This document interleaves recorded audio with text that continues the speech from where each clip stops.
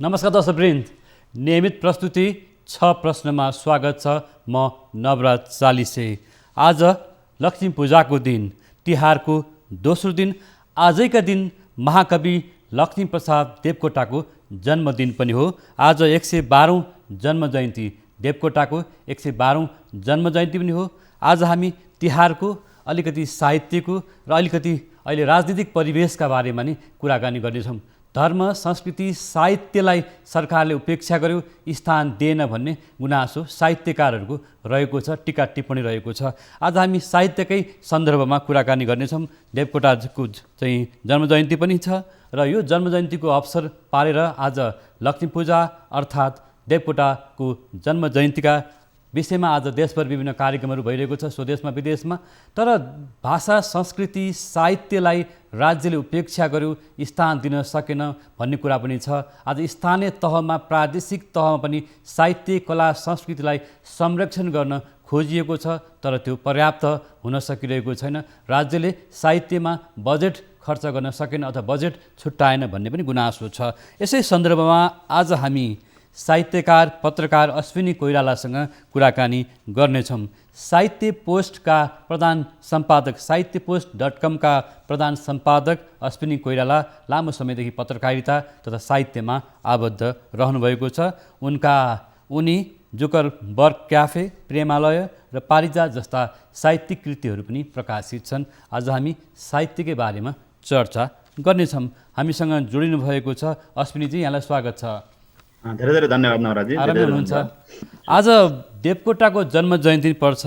यहाँ एक साहित्यकार, पत्रकार हुनुहुन्छ र मैले कार्यक्रममा नि भनिसकेँ, राज्यले कला, संस्कृति, साहित्य, भाषा, संस्कृतिलाई उपेक्षा गर्यो, ध्यान दिन सकेन भन्ने चाहिँ प्रसङ्ग पनि छ। र देवकोटालाई कसरी स्मरण गर्नुहुन्छ आजको दिन? अब हाम्रो नेपाली भाषा साहित्यको जग भानुभक्तले बसाए होइन, त्यसपछि त्यसलाई फलाउने काममा चाहिँ विभिन्न साहित्यकारहरूको योगदान रहे पनि विशेषतः देवकोटाको योगदान छ।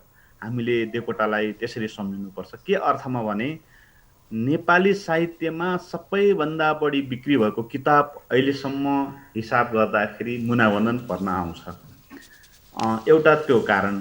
अर्को, देवकोटा यस्ता प्रतिभाशाली व्यक्तित्व थिए जसको तुलना अरू कसैसँग हुनै सक्दैन। त्यति प्रतिभाशाली, त्यति वैभवशाली, त्यति ज्ञान भएको र त्यति नै छिटो लेख्न सक्ने र नेपाली भाषा साहित्यमा लाग्नु चाहिँ गौरवको कुरा हो भनेर जुन अहिले हामी मान्छौँ, साहित्यकारहरूलाई मान्छौँ, साहित्य भनेको राम्रो कुरा हो भन्ने महसुस गर्छौँ, त्यसको जगमा चाहिँ त्यसको पृष्ठभूमि चाहिँ बनाइदिने काम चाहिँ देवकोटाले गरेका हुन्। यदि देवकोटा नेपाली साहित्यमा नहुन्थे भने आज साहित्यकारहरूको जुन एउटा चाहिँ साहित्यकार भन्ने जुन एउटा सम्मान प्राप्त छ नेपाली साहित्यमा, साहित्यकार भन्ने जुन एउटा चाहिँ विशेष तरिकाले हेरिन्छ, ज्ञानी तरिकाले हेरिन्छ, अलिक गम्भीर चिन्तकको रूपमा हेरिन्छ, त्यो हेरिँदैन थियो। किनभने देवकोटाले यस्तो एउटा चाहिँ मान्यता स्थापित गरिदिए कि साहित्यकार भनेको चाहिँ विशेष हुन्छ, विद्वान हुन्छ, उसले नयाँ चिन्तन दिन्छ भन्ने एउटा चाहिँ सुरुवात, त्यसको दरिलो एउटा जग खडा गरे। यस अर्थमा चाहिँ देवकोटालाई मैले चाहिँ एकदमै विशेष रूपमा मान्छु। तर देवकोटाकै विषयमा हामीले कुराकानी गर्दाखेरि देवकोटालाई जुन रूपमा राज्यले सम्मान गर्नुपर्ने हो त्यो खालको सम्मान पाउन सकेन, सरकारले त्यो खालको सम्मान दिन सकेन, अथवा देवकोटासँग स्रोत अनुसन्धान अथवा भनौँ उहाँका विषयमा खोज अनुसन्धान गर्न सकेन भन्ने पनि कुराहरू छ। र आज यहाँलाई पनि मैले जोड्न चाहेँ, यहाँ साहित्यपोस्ट.com का प्रधान सम्पादक पनि हुनुहुन्छ। आज स्थानीय तह, प्रादेशिक तहहरू पनि बनिसकेका छन्। हामी कहाँ विभिन्न खालका साहित्यकार, कलाकारहरू अथवा संस्कृत कर्मीहरू पनि छन्। यी सबैलाई संरक्षण गर्ने एउटा राज्यको त दायित्व हो नि, होइन? हो। यसो हामीले कसो यसमा हेर्नुपर्ने हुन्छ भने निश्चय नै राज्यले हेर्नुपर्ने हुन्छ। राज्यले केही काम गरेको पनि छ। जस्तो हालसालै देवकोटाको घरलाई चाहिँ सङ्ग्रहालय बनाउने भन्ने निर्णय गरेको छ। एउटा महत्त्व, यत्रो वर्षपछि आज चाहिँ करिब देवकोटाको देवासन भएकै 62 वर्ष भयो र चाहिँ हामीले महाकविको रूपमा मान्न थालेकै झन्डै 75 वर्ष भयो। देवकोटा चाहिँ महान व्यक्तित्व हुन् भनेर सरकारले नै 75 वर्ष अगाडि नै एउटा चाहिँ मानेको। अझ प्रजातन्त्र आइसकेपछि र शिक्षा मन्त्री भइसकेपछि त देवकोटाको एउटा चाहिँ अन्तर्राष्ट्रिय व्यक्तित्व बनिसकेको थियो। देवकोटाले रुसमा गएर जुन किसिमको भाषण गरेका थिए त्यो बेलामा, त्यसले चाहिँ नेपाली साहित्य चाहिँ अन्तर्राष्ट्रिय स्तरको छ भनेर विश्व साहित्यका चर्चित व्यक्तित्वहरूले चाहिँ लेखेका थिए। त्यो कालको कुरा त्यो उनीहरूको कृतिमा त्यो बेलाको न्युज पेपरहरूमा आइसकेको थियो। त्यो लेभलको एउटा व्यक्तित्वलाई अहिले आएर बल्ल उनको घर, उनका सामग्रीहरूलाई सङ्ग्रहालय बनाउने भन्ने निर्णय छ। त्यो चाहिँ एकदम ढिलो भएको, बिस्तारै हामी बामे मात्रै सरेका हौँ। तर यो जुन भयो त्यो चाहिँ एउटा मलाई चाहिँ राम्रो महत्त्वपूर्ण कुरा लाग्छ। त्यस कारण म दोषै दिने पक्षमा चाहिँ छैन, किनभने हामीले पनि त व्यक्तिगत रूपमा साहित्यलाई त्यति धेरै ध्यान दिएका छैनौँ। सरकारले गरेन भन्नुभन्दा आफूले के गरियो भन्ने पनि हेर्नुपर्ने हुन्छ। त्यस कारण म सरकारले गरेन त्यो आफ्नो ठाउँमा छ, हामीले पनि भाषा साहित्यलाई ध्यान दिएनौँ कि हामी नेपाली साहित्यमा जुन किसिमको लगानी गर्नुपर्ने स्थानीय निकायले या व्यक्तिले या चाहिँ भाषा साहित्यमा जुन किसिमको लागि पर्नुपर्ने हो त्यो खालको गरेनौँ। अब मैले किन भनिरहेको छु भने हालसालै मैले एउटा साहित्यपोस्ट.com भन्ने जुन पत्रिका खोलेको छु, यो नेपालको एउटा यस्तो दैनिक साहित्यमा दैनिक अपडेट हुने दैनिक पत्रिका भनौँ न, साहित्यको दैनिक पत्रिका भर्खर खुल्यो। भनेको चाहिँ यत्रो दैनिक पत्रिका खुलेको चाहिँ खुल्न थालेको चाहिँ प्रिन्टको माध्यम वा या चाहिँ उसको माध्यमद्वारा अनलाइनको माध्यमद्वारा चाहिँ दशकौँ भइसक्यो। प्रिन्टको माध्यमद्वारा त 2046 सालको परिवर्तनपछि नै दैनिक पत्रिकाहरू धेरै नै आइसकेका थिए। अब यो अनलाइनहरूको सुरुवात भइसकेपछि त 15-20 वर्ष भइसक्यो, एकदमै राम्रो चाहिँ बजार छ यसको। अनलाइन पत्रिकाहरू हामी अनलाइनमा नै समाचार पढ्छौँ। तर निजी क्षेत्रमा पत्रिकाले जुन दैनिक पत्रिका, साहित्यको दैनिक पत्रिका निक्लेको थिएन भने चाहिँ हामीले पनि त्यो गर्ने प्रयास गरेका रहन्छौँ। अनि अब हामीले सुरु गरौँ ल दैनिक पत्रिका, साहित्य पोस्ट भन्ने जुन दैनिक पत्रिका अब सुरु गरेपछि सरकारले गरेन, सहयोग गरेन भने चाहिँ अब गुनासो गर्न मिल्छ। अब हामीले पहिले प्रयास गर्नु पर्यो। सरकारले आफ्नो ठाउँमा जे जसो प्रयास गरेको छ त्यसमा चाहिँ औँलो ठड्याउँदै हामी पनि आफू प्रयास गर्दै अगाडि बढ्यौँ भने हुन्छ। त्यसकारण म चाहिँ नभएको, केही बिल्कुलै नभएको पनि मान्दिनँ। तर जुन गतिमा हुनुपर्ने हो, जुन गतिमा चाहिँ साहित्य, भाषा साहित्य, कलाको चाहिँ प्रवर्धन हुनुपर्ने हो त्यो नभएको हो। त्यसले गर्दाखेरि हामी अङ्ग्रेजी भाषामा हामी आफै हाम्रा छोराछोरी अङ्ग्रेजी भाषामा पढाउने, बोर्डिङ स्कुल पढाउने, अङ्ग्रेजी भाषा सिक्नलाई प्रेरित गर्ने, नेपालीका भाषाहरू चाहिँ अलिकति कम ध्यान दिने त्यो प्रवृत्तिमा गइरहेछौँ। विशेष गरी शिक्षित वर्गहरू, सहरमा बस्नेहरू राम्रो बोर्डिङ स्कुल पढाउन चाहन्छौँ। त्यस कारण हाम्रो पनि केही गल्ती हो कि भन्ने लाग्छ मलाई। हजुर, यहाँले भन्नुभएको जस्तो साहित्यतर्फ राज्यले पनि जुन खालको प्राथमिकता दिनुपर्ने त्यो दिन सकेन। तर हामी सबै समाजले पनि प्राथमिकता दिनुपर्दछ हाम्रो शिक्षामा, पाठ्यक्रममा भनिसक्नु भएको छ। र अहिले साहित्य पठन संस्कृति चाहिँ बढिरहेको छ। र देवकोटाको घरलाई सङ्ग्रहालय बनाइदिएछ यहाँले भन्नुभयो। यो सङ्ग्रहालय बनाउँदा पनि हामी कहाँ के देख्छौँ भन्दा हामी कहाँ राजनीतिक कर्मीहरूको एउटा साहित्यमाथि लुछाचुडी देखिन्छ, अथवा साहित्यकारहरूमा त्यो खालको लुछाचुडी गर्ने प्रवृत्ति त छ नि, त्यो त मान्नुहुन्छ? छ। त्यो के भने हामीले सबैभन्दा त पार्टीकरण, हामी सबैलाई पार्टीकरण गर्यो सरकारले या चाहिँ नेताहरूले। चाहिँ पार्टीमा लाग्नु भनेको चाहिँ फाइदा हुनु हो। जबसम्म पार्टीमा लागिँदैन तबसम्म त्यो व्यक्ति न एकाडेमी, हाम्रो भाषा साहित्य हेर्ने एकाडेमी छ त्यहाँको सदस्य पनि हुन पाउँदैन, कुनै पद पनि पाउँदैन। इभन कुनै पार्टीको नजिक या कुनै नेताको नजिक नभइकन एउटा पत्रिका पनि चलाउन सकिँदैन। किनभने व्यापारीहरूले पनि त्यो व्यक्तिलाई मात्रै विज्ञापन दिन्छ जसको पहुँच चाहिँ माथिसम्म छ, भोलिका दिनमा सहयोग लिन सकियोस्। विज्ञापन दिएर त्यसको फाइदा भन्दा पनि को व्यक्ति कसको नजिक छ त्यो हेर्ने प्रचलन भयो। त्यो भनेको पार्टीकरण हो। सरकारले चाहिँ पार्टीकरण, हरेक व्यक्ति चाहिँ कुनै न कुनै पार्टीको नजिक, कुनै न कुनै गुटको नजिक, कुनै न कुनै दलको नजिक बन्ने बाध्य बनाइदियो। हुन त यसो पनि होला, पटक पटक प्रजातन्त्र खोसिएको कारण पनि राजनीतिक दलहरूमा चाहिँ लगाउन पाइयो भने, बौद्धिक वर्ग लगाउन पाइयो भने प्रजातन्त्र खोसिँदैन भन्ने एउटा नियत पनि होला भित्र, त्यो खालको सोच पनि होला पछिल्लो समयमा। तर त्यो चाहिँ कुनै न कुनै रूपमा नेतालाई माथि स्थापित गर्ने, कसैलाई पदमा पुर्याउने रूपमा गइरहेको छ। त्यसकारण हामी सबैभन्दा दोषी त हामी बौद्धिक वर्ग नै हौँ। अश्विनीजी, जस्तो तपाईँ पत्रकारितामा नै हुनुहुन्छ, साहित्यिक क्षेत्रमा नै हुनुहुन्छ, साहित्यिक कर्मीका परिवार अथवा कवि, साहित्यकार अथवा लेखक भनौँ बुद्धिजीवीहरूका अथवा लामो समय जसले साहित्यमा साधना गरेको छ ती व्यक्तिहरूको परिवारको अथवा उनीहरूको जीवनको अवस्था निकै दयनीय पनि देख्यो, हामीले पायौँ कतिपय साहित्यकारहरूको, होइन? त्यस्तो अवस्थामा उहाँहरूको परिवारको लागि अथवा भनौँ न एउटा केही न केही आर्थिक सहयोग सहायता पनि गरेको पाइँदैन र यहाँले पनि भनिहाल्नुभयो र आफ्ना पार्टीका आफ्ना राजनीतिक लाइनका कवि हुन् कि होइनन्, साहित्यकार हुन् कि होइनन् र तिनै व्यक्तिलाई उपकुलपति बनाउने, प्राज्ञ बनाउने एकाडेमीको अभ्यास पनि यस्तो छ, होइन? नेपाल प्रज्ञा प्रतिष्ठानको यो खालको प्रवृत्तिका बारेमा हामी पत्रकारिता जगतबाट यहाँहरू जस्तो साहित्यिक पत्रकारहरूले बोल्नुपर्ने होइन र? हो, अब बोली पनि राखेका छौँ, तर कस्तो भयो भने पत्र पत्रिका हेर्नुभयो अनि सामाजिक सञ्जाल हेर्नुभयो भने विरोध त भइराखेकै छ, बौद्धिक जगतले विरोध गरिरहेछन्। तर कहिलेसम्म भन्दा जबसम्म आफू पदमा पुगिँदैन, जबसम्म आफ्नो दुनो सोधिँदैन तबसम्म विरोध गर्ने प्रवृत्ति हो।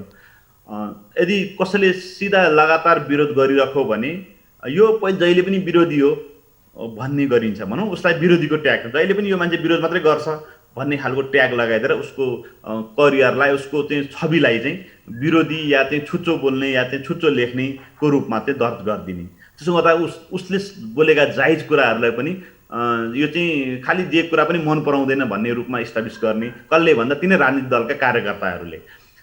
भन्दाखेरि कस्तो अवस्था आइसक्यो भने दलीयकरण गर्ने र विरोध गर्नेलाई विरोध गर्नु सकेसम्म विरोध गर्नेलाई चाहिँ कुनै न कुनै रूपमा चाहिँ त्यसलाई विरोध गर्न नगर्ने बनाउने, या त अर्को पक्षको अर्को दलको या अर्को नेताको व्यक्तिको रूपमा त्यसलाई चित्रित गरिदिने। त्यसो गरे चाहिँ के हुन्छ नि, मान्छेलाई आम छवि त्यो व्यक्तिको के हुन जान्छ भने फलानु पार्टीको फलानु गुटको भएर पो यसको विरोध भयो त भन्ने खालको चाहिँ छविकरण गर्थ्यो। त्यसले गर्दा उसले जति जुन आवाज उठाउँथ्यो त्यो चाहिँ स्पष्ट रूपमा जनतामा नपुग्ने अवस्था छ।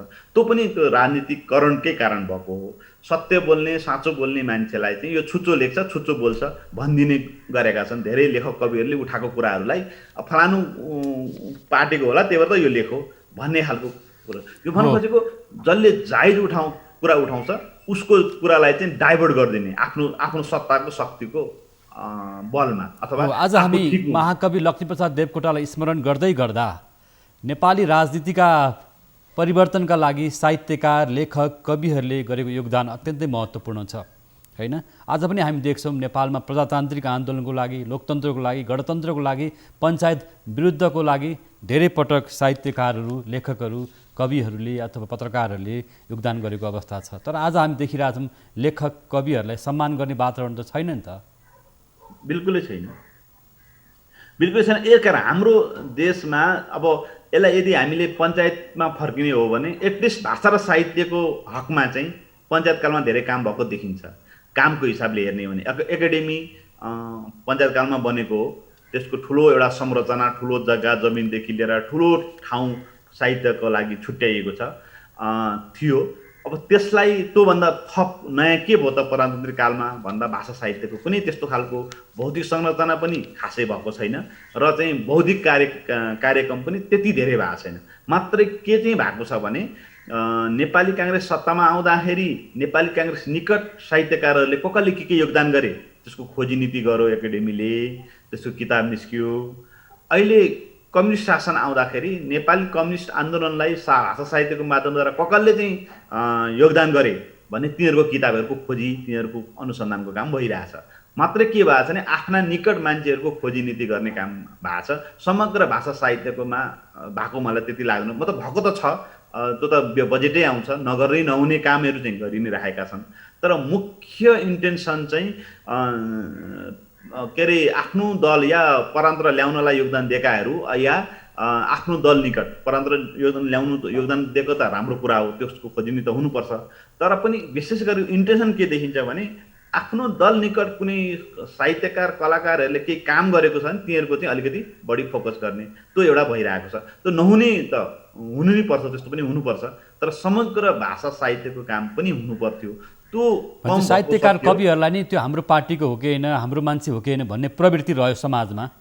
त्यो एकदम मजाले दलीयकरण भयो, मतलब कुनै दल निकट ल्याउने र ऊ दल निकट आइसकेपछि मात्रै उसलाई साहित्यकार बनाउने मान्ने अथवा त्यो पदको लाभको पदमा पुर्याउने त्यो खालको चाहिँ चलन भएको छ। जस्तो यहाँहरूले जुन कुरा गर्दै गर्दा जस्तो देवकोटाकै जीवनमा पनि उहाँ अत्यन्त चरम आर्थिक अभावमा पारिवारिक वियोगमा पर्दा पनि उहाँले साहित्यिक योगदान गरि नै रहनुभयो। त्यसकारण त उहाँ महाकवि हुनुभयो। तर यस्ता महाकवि जस्ता धेरै साहित्यकार अथवा कलाकर्मीहरू साधकहरूलाई पनि हामी राजनीतिक ट्याग लगाइदिन्छौँ होइन। यदि त्यो त यदि कसैले यदि कुनै साहित्यकारहरूले शुद्ध लेखिएर राख्यो भने यहाँ त रोयल्टी बिक्री भएर त रोयल्टी आउँदैन, किनभने नेपालमा पढ्ने किताब पढ्ने चलनै छैन। बरु हामी घन्टौँ फेसबुक हेरेर बिताउँछौँ होइन, तर किताब पढौँ अथवा किनौँ भन्ने हाम्रो चलन छैन। हाम्रो आर्थिक अवस्था पनि 2-4वटा किताब वर्षको किन्ने पनि छैन होला। तर भए पनि हामीले त्यो समय केही पढ्दिउँ, साहित्यकारको उनले गरेको चिन्तनलाई बुझ्ने प्रयास गरौँ, उसले के लेखेको छ, उसले यसको योगदान के छ साहित्यमा भन्ने बुझ्ने गरेका छैनौँ। यो त यदि देवकोटा पनि यदि कोर्स बुकमा नहुन्थ्यो भने, कोर्स बुकमा नहुन्थ्यो भने, या चाहिँ लेखनाथ पौडेल कोर्स बुकमा नपढिन्थ्यो भने उनीहरूको योगदान पनि थाहा हुँदैन थियो। धन्न कोर्स बुकमा 1 देखि 10 सम्म ठाउँ ठाउँमा चाहिँ उनीहरूको नाम, उनीहरूको कविताहरू छ र पो उनीहरूको योगदान अलिअलि थाहा छ, उनीहरूले यस्तो लेखेका छन् भनेर सप्रसङ्ग व्याख्या गर्नुपर्ने छ। त्यसकारण त पढिन्छ, उहाँहरू महान हो भनिन्छ। तर त्यसपछि पनि ठुल्ठुला महान साहित्यकारहरू आउनु भएको छ, लेख्नु भएको छ। अहिले पनि एकदम भयङ्कर राम्रो साहित्यकारहरू हुनुहुन्छ, लेखिराख्नु भएको छ। तर त्यो कोर्स बुकमा या त्यो मूलधारमा नभएको कारणले उहाँ अरू साहित्यकार चाहिँ सामान्य हुन् कि भन्ने पनि परेको छ। हामीले एउटा देवकोटा महान हुन्, त्यसमा हामीले चाहिँ कुनै डाउटै छैन। हामीले ठुलो फाउन्डेसन बनाउनु भयो उहाँले, त्यस कारण हामीले आज सम्झना गरिरहेका छौँ आजको दिनमा। र हरेक वर्ष लक्ष्मी पूजाको दिन हामी भव्यताका साथ मनाउँछौँ। तर त्यो जुन जग हो, जग दह्रो त भयो, तर यो आजको जुन साहित्यिक घर बन्न या भाषा साहित्यमा जुन उन्नति भएको छ, त्यो उन्नति देखिनको लागि चाहिँ धेरैवटा इँटा, रड, सिमेन्टहरूको काम भइरहेको छ र यो घर बनेको छ। त्यसमा अरू धेरै साहित्यकारहरूको योगदान छ, हामी उहाँहरूको नाम पनि थाहा पाउँदैनौँ। हजुर, जस्तो अश्विनीजी यहाँले भन्नुभएको जस्तो बालकृष्णसम्म, महाकवि लक्ष्मीप्रसाद देवकोटा होइन, लेखनाथ पौडेल, सिद्धिचरण श्रेष्ठ एउटा युग थियो होइन। आज भनौँ न, आज हामी आजको युगसम्म आउँदा कतिपय लेखक कविहरू अलि बढी व्यापारिक अथवा कमर्सियल भएको पनि हामी देखिरहेका छौँ।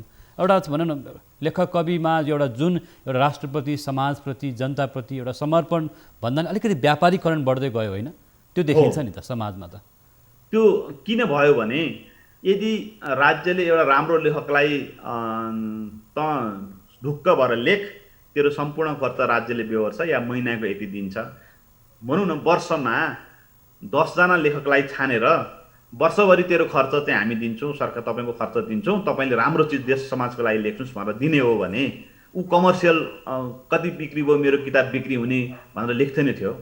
अहिले आजकै दिनदेखि यो सरकार यदि सिरियस छ भने, यदि सरकारलाई साँच्चै भाषा साहित्यको माया छ भने वर्षमा 10 जना लेखक छानुहोस् न।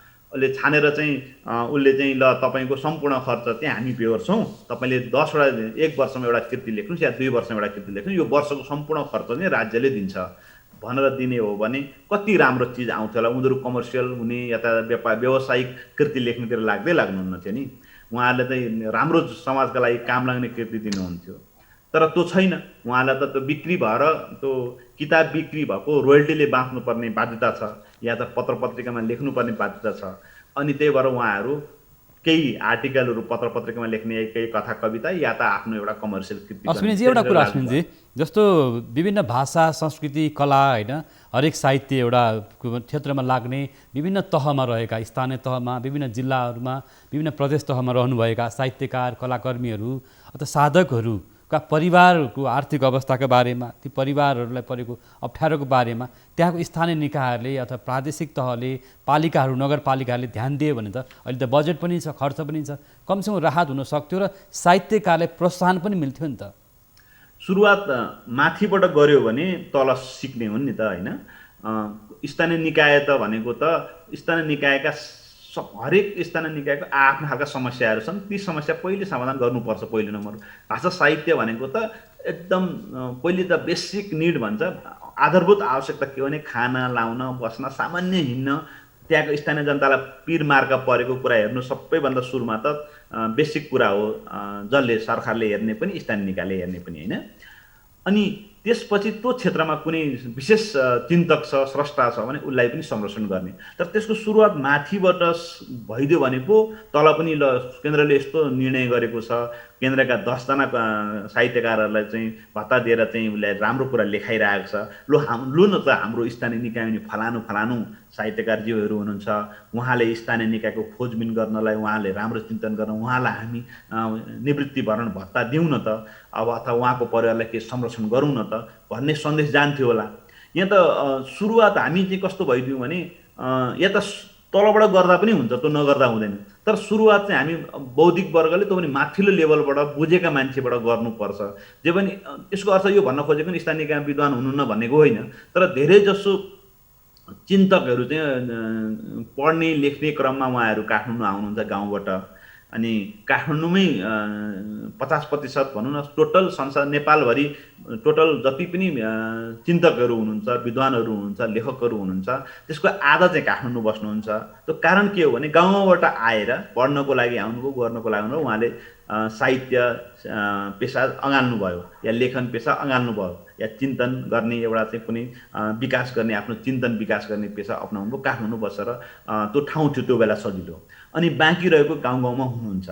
अनि यहाँ काठमाडौँ हुनुभएको र केन्द्रको दायित्व भएको कारणले गर्दा सुरुवात यहाँबाट गर्ने हो भने एउटा मानक पनि हुन्थ्यो, यत्तिको साहित्यकारलाई चाहिँ यत्तिको भत्ता दियो भने चाहिँ हुने रहेछ भनेर स्थानीय निकायसँग त्यो सन्देश जान्थ्यो र स्थानीय निकायमा रहनुभएका अरू 50% साधकहरू, स्रष्टाहरूलाई चाहिँ स्थानीय निकायले सहयोग गर्न सक्थ्यो। तर उल्टोबाट पनि गर्न सकिन्छ। त्यहाँ स्थानीय निकायमा रहनुभएका स्रष्टा, सर्जक, साहित्यकारहरूलाई स्थानीय निकायले दिन सक्छ, त्यो सुरुवात गर्न सक्छ, त्यता पनि गर्न सकिन्छ। तर राम्रो यो गरे राम्रो हुन्थ्यो होला। हजुर हो, स्थानीय तहमा रहेका साहित्यकार, कलाकर्मीहरूलाई अथवा साधकहरू, लेखकहरूलाई पनि हामी प्रोत्साहन गर्न सक्यौँ। राज्यले त्यो खालको वातावरण बनाउन सक्यो, सङ्घीय सरकारले, प्रादेशिक सरकार, स्थानीय सरकारले भन्ने कुरा आयो। र यहाँ साहित्यपोस्ट.com का प्रधान सम्पादक पनि भएको नाताले यहाँले भन्दै पनि हुनुहुन्थ्यो सामाजिक सञ्जालमा हामी धेरै समय बिताउँछौँ, तर साहित्य सृजनामा अथवा भनौँ न पढ्नको लागि अथवा साहित्य पढ्ने बानी हाम्रो छैन, बालबालिकाहरूमा नि त्यो बानी छैन, स्कुलमा नि त्यो अभ्यास गरेको पाइँदैन यहाँले भन्दै हुनुहुन्थ्यो। यो अहिले त के छ भन्दाखेरि अनलाइनमा अथवा अनलाइनहरूमा अथवा अनलाइन मिडियाहरूमा, अनलाइन पोर्टलहरूमा पनि विदेशमा पनि साहित्यका पाठकहरूको सङ्ख्या त बढ्दैछ, साहित्यकारहरूको रचनाहरू, कृतिहरू पनि आउँदैछन् नि, होइन? हो, त्यो कस्तो भइरहेछ भने हामीमा लेख्ने गति बढेको छ, होइन? त्यसमा डाउटै भएन, एकदम शङ्कै छैन कि उहाँहरू बढीभन्दा बढी लेख्ने लेखकहरू जन्मिनु भएको छ। तर लेखेर भन्दा पनि पहिले जसले बढी पढ्छ, जसले धेरै पढ्न सक्छ, उसले धेरै राम्रो लेख्न सक्छ। यो यहाँ अलिकति ल्याक भनौँ न, अलिकति कमजोरी छ सबै लेखक कविहरूमा, सबैमा नभनौँ, जति लेखिराख्नु भएको छ उहाँहरूमध्ये म त एउटा प्रधान सम्पादक साहित्य पोस्टको दैनिक पत्रिका हो। यो चाहिँ दैनिक पत्रिका, यहाँ चाहिँ छिनछिनको पत्रिका, जसरी राजनीतिक समाचार अपडेट हुन्छ त्यसरी हाम्रो साहित्यिक समाचारहरू अपडेट हुन्छ।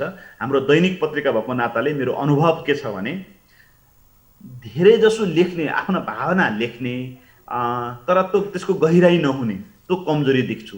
त्यो किन भयो भन्दा पढ्ने बानी चाहिँ कम भयो। मनमा चाहिँ कविता लेख्न, कविता लेखिहाल्ने, तर त्यो कविता कसरी लेखिन्छ भन्ने कुरा चाहिँ धेरैभन्दा धेरै कविता पढिसकेपछि त्यो आउने हो, टेक्निक आउने हो, त्यो विधि आउने हो, त्यो चाहिँ कम देखिएको हुनाले लेख्ने साहित्यकारहरू धेरै हुनुभयो, तर खासमा बुझी कुरा लेख्ने चाहिँ धेरै कम हुनुहुन्छ, एउटा मैले अनुभव गरेको कुरा। यसको आम सञ्चार माध्यमले, मास मिडियाहरूले पनि साहित्यिक क्षेत्रलाई प्रोत्साहन दिन सकेनन् अथवा योगदान अथवा भनौँ न प्राथमिकता दिन सकेनन् भन्ने नै हो। मात्रै के हो भने उहाँहरूले छाप्नुभयो, के अरे धेरैवटा मिडिया भएकोले खबर जतिखेर पनि चाहिन्छ, छाप्ने कुरा जतिखेर पनि चाहिन्छ, कसैले कविता लेख्यो भने छापियो, कथा लेख्यो भने छापियो, तर त्यो कुन गुणस्तरको छ, साहित्यिक मूल्य छ कि छैन त्यसमा भन्ने हेर्ने विधि भएन। यदि तर कसैले हेर्छ र यसलाई सच्याउनु भन्छ भने त्यो लेखकले पनि अब यो त्यसमा आम्दानी छैन, एउटा कविता लेखेर पैसा आउँदैन, एउटा कथा लेखेर अनलाइन पत्रिकाले या पत्रिकाले पैसा दिँदैनन्, अनि त्यसमा उहाँहरूले मिहिनेत गर्ने पनि आवश्यक ठान्नु भएन। अनि त्यो पत्रिका, त्यो कथा छापिन्छ, छापेपछि पाठकले पढ्छन्, एक कथा भनेको त यस्तै पो रहेछ भन्नुहुन्छ भन्ने पढ्छ, अनि उसले पनि त्यस्तै कथा लेख्छ। अनि न त्यो त्यही भएर त्यो कथाको गुणस्तर भनौँ, मैले गुणस्तरको कुरा गरेको, लेख्ने धेरै हुनुहुन्छ, तर जुन साहित्यिक मानक देवकोटाले बनाएका थिए त्यो बेलामा, आजभन्दा 50 वर्ष अगाडि अथवा 75 वर्ष अगाडि जुन लेभलको बनेको थियो, 75 वर्षपछि झनै धेरै सुध्रिनु पर्ने हो नि त। आजभन्दा 85 वर्ष अगाडि मुनामदन लेखियो, आज पनि त्यति नै सरस सरल छ, सरल आनन्द आउँछ भने 75 वर्षमा संसार कहाँबाट कति विकसित भइसक्यो। त्यो बेलाको मोटर गाडी चाहिँ छिनछिनमा पछाडि ठेलेर स्टार्ट गर्नु पर्थ्यो, अहिले अटोमेटिक सिस्टमको गाडी आइसक्यो भनेको हरेक कुरा विकास भइसक्यो नि त। त्यसै गरी साहित्यको गुणस्तर पनि विकास हुनु पर्थ्यो। तर देवकोटाले जुन लेभलको कृति लेखे त्यसपछि त्यो लेभलको आएन, आउन आएको होइन, आउन त आए, तर त्यो लेभलका देवकोटा त 10औं 100औं 50औं जन्मिनु पर्ने हो नि यो बेलासम्म। त्यो जन्मिएन। किन जन्मिएन भन्दा उही अघि भनिसक्यौँ, हामीले राज्यले पनि त्यसमा लगानी गरेन। के अरे जसरी चाहिँ कृषिका लागि मल खाद बिउ बिजनको सरकारले व्यवस्था गर्छ नि, बेलामा मल आउनुपर्छ, बेलामा विषादीहरू छर्किनुपर्छ, त्यसको तालिम हुन्छ, कार्यक्रम हुन्छ, त्यसको कृषि के अरे ब्याङ्क छ, के अरे सरी स्कुल छ, कलेज छ, सुरुवात भएको छ, अनुदान दिन्छन्। त्यसै गरी कृषिमा त्यही भएर पहिलेको तुलनामा अहिले अलिकति कृषिमा केही राम्रो भइरहेको छ। या भनौँ शिक्षाको कुरा गरौँ भनेपछि हामीले आज महाकवि लक्ष्मीप्रसाद देवकोटालाई स्मरण गर्दै गर्दा साहित्यकर्मीहरूलाई अथवा साधकहरूलाई, लेखक कविहरूलाई राजनीतिक आँखाले होइन, उहाँको साहित्य सृजनालाई, उहाँको महत्त्वलाई हामी हेरौँ, राष्ट्रिय एउटा भावनाले हेरौँ, एउटा साहित्यकारलाई त्यही रूपमा स्थान दिउँ र साहित्यकर्मीका परिवार अथवा आर्थिक अभावमा परेका छन् भने पनि सहायता गरौँ राज्यले, अथवा रोयल्टी दिउँ भन्ने कुरा यहाँले राख्नुभयो। र मान पदवी माला भन्दा पनि साहित्यकारलाई एउटा उहाँको जीवनको लागि एउटा सम्मान गरौँ भन्ने पनि कुराहरू आएको छ। अश्विनीजी, यहाँले महत्त्वपूर्ण समय दिनुभयो देवकोटालाई सम्झाउँदै। साहित्य क्षेत्रका विकृति विसङ्गतिहरूलाई पनि राज्यले चिरफार गर्न सक्नुपर्छ र स्थानीय तहले स्थानीय क्षेत्रमा भएका साहित्यकार, कलाकार अथवा साधक अथवा बुद्धिजीवीहरू, लेखकहरूलाई सम्मान गरौँ र राजनीतिक परिवर्तनका एउटा संवाहक भएका साहित्यकारहरूलाई सम्मान गर्न भने हामीले सकेका छैनौँ भन्नुभयो। यसको लागि यहाँको समय र विचारको लागि पनि आजलाई धन्यवाद। हुन्छ, थ्याङ्क यू, धेरै धेरै धन्यवाद, मलाई यो समय दिनुभयो, धेरै धेरै धन्यवाद। हस्त, यहाँलाई धन्यवाद। हामीसँग जोडिनु भएको थियो साहित्यकार पत्रकार अश्विनी कोइराला। आज लक्ष्मी पूजाको दिन, तर आज हामीले महाकवि लक्ष्मीप्रसाद देवकोटाको 112औं जन्म जयन्ती विक्रम सम्वत 1966 सालमा जन्मनुभएका देवकोटालाई स्मरण गऱ्यौँ र राज्यले हरेक तहका स्थानीय सरकारहरूले पनि आफ्ना साहित्यकार, कलाकार, कवि, लेखकहरूलाई सम्मान गरौँ भन्ने कुरा नै आज आएको छ। र राज्यले साहित्यकालाई एउटा राजनीतिक दृष्टिकोणले होइन, साहित्यिक क्षेत्रको योगदानका रूपमा मूल्याङ्कन गर्न सक्यो भने साहित्यिक क्षेत्रले महत्त्व एउटा स्थान पाउनेछ, प्राथमिकता पाउनेछ भन्ने कुरा आएको छ र साहित्य पढ्ने संस्कृतिको लागि पनि विकास गर्न आवश्यक छ। आजका अतिथि साहित्यकार पत्रकार अश्विनी कोइरालालाई पनि धन्यवाद र हाम्रो नियमित प्रस्तुति 6 प्रश्नको समय पनि आजलाई पुरा भएको छ। हामी बिदा माग्छौँ। नमस्कार।